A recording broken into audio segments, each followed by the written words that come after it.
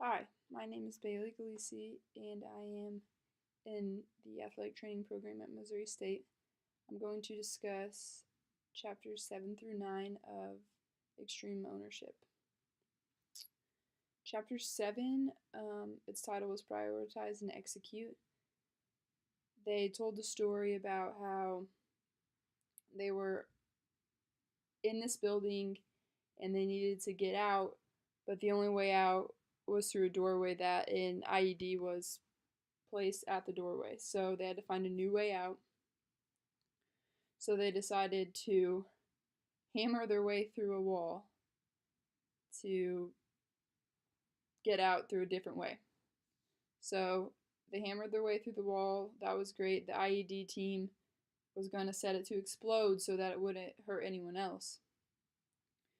So they made it through, and as they're going across this rooftop, one of the men falls down and is unresponsive.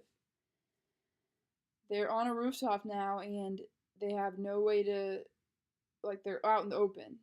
So they weren't protected at all. They had a man down, and this IED is getting ready to explode.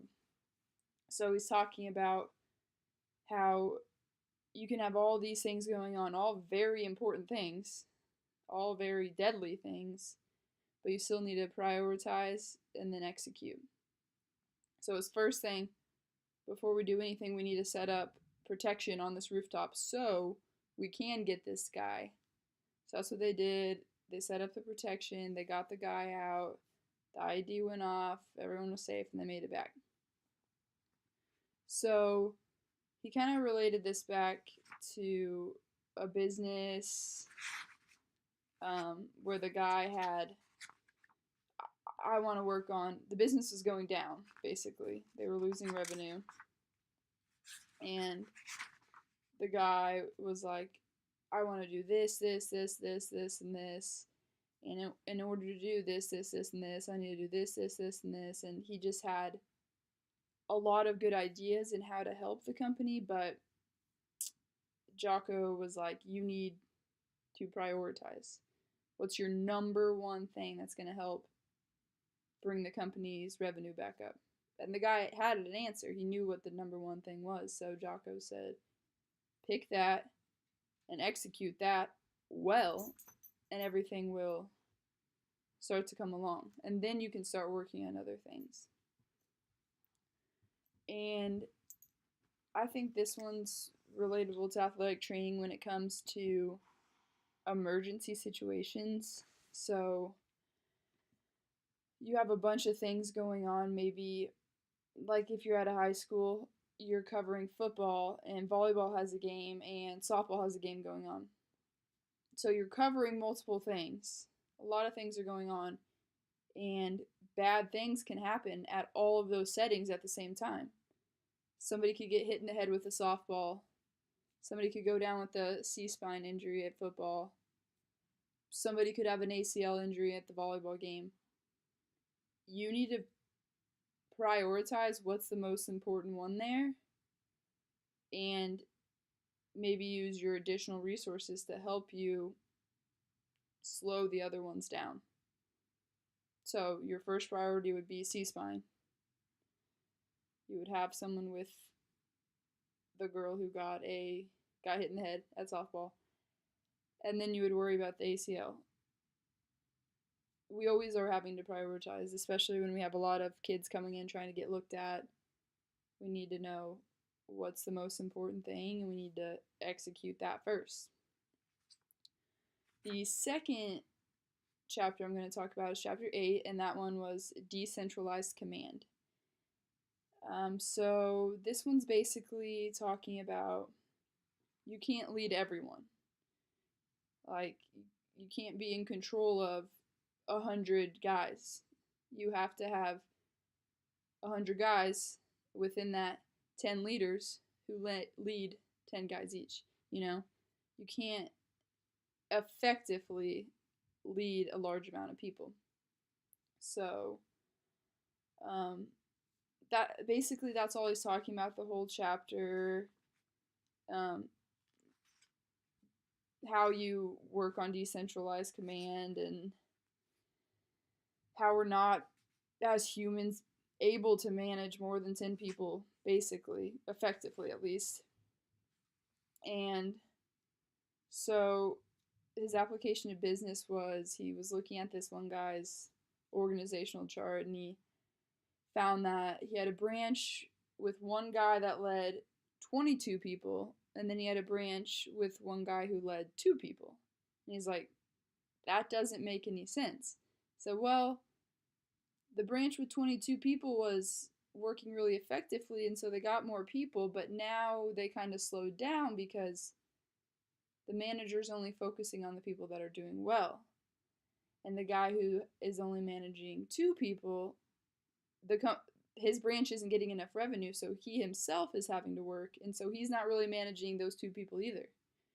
So he had him say how many people are manageable while the manager can still just be the manager. And the guy said about 6. So he said that's how you need to break it down.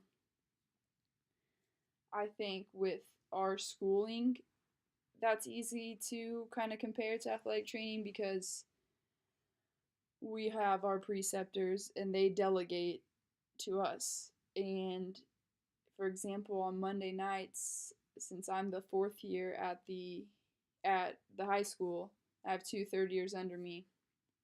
My preceptor says, Monday nights are yours. Delegate what you need to delegate. So I'm not going to try to take on field setup, taping everyone, all the evaluations on the sideline, all the evaluations on the field. I'm going to delegate those. So I have the third years help with field setup, taping, and I let them check people on the sideline.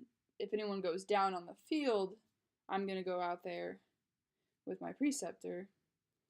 But I know that I can't do it all by myself. So I'm able to say, hey, this is your job, this is your job. And as long as everybody knows their job, it's going to work out. The last chapter is chapter 9, and that's about planning. So they talk about one of the Iraqi commanders. His son got kidnapped and is being held for ransom. And they said even if you pay the ransom, most of the time the hostages get killed. So they're going in, they're planning this hostage rescue mission, and they're talking about how important the planning process is. Not just that the upper level guys know what's going on, but each and every person knows their role. And it's important that they do, and it's important that they feel like they have a role so that they're invested. So they talk about how they're going to plan this whole thing, and they go in and they get the hostage basically without a hitch, because their plan was so well thought out and everybody knew what they needed to do. So he applies this one to business. Let me jog my memory.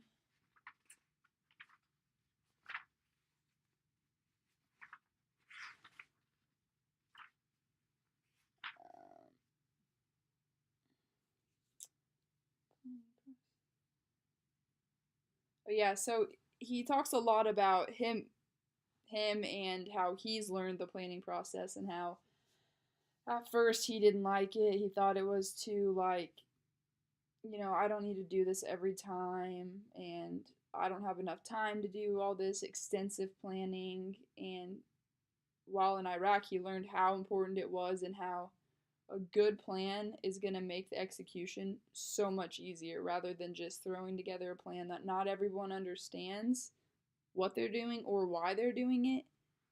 It's just not going to work that way. So he's talking to a VP, and he's like, you have to make sure you have a plan.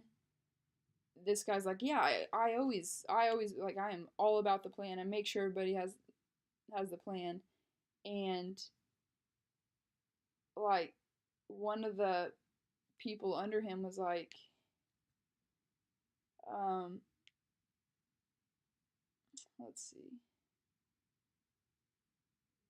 She thinks our company's doing great. Why do I need to plan this and keep planning this? And it's just additional stress for me. Like, what we're doing is working. Why do I need to keep planning and keep progressing? And that's when he went into the story about you have to keep having a plan. And you have to make sure that every single person under you knows, respects, and understands the plan. And that one also, I think, in athletic training is related to emergency care. We have to know the plan. Coaches have to know the plan. EMTs have to know the plan. Other players have to know the plan. Like administration, everybody needs to know the plan when it comes to emergency care.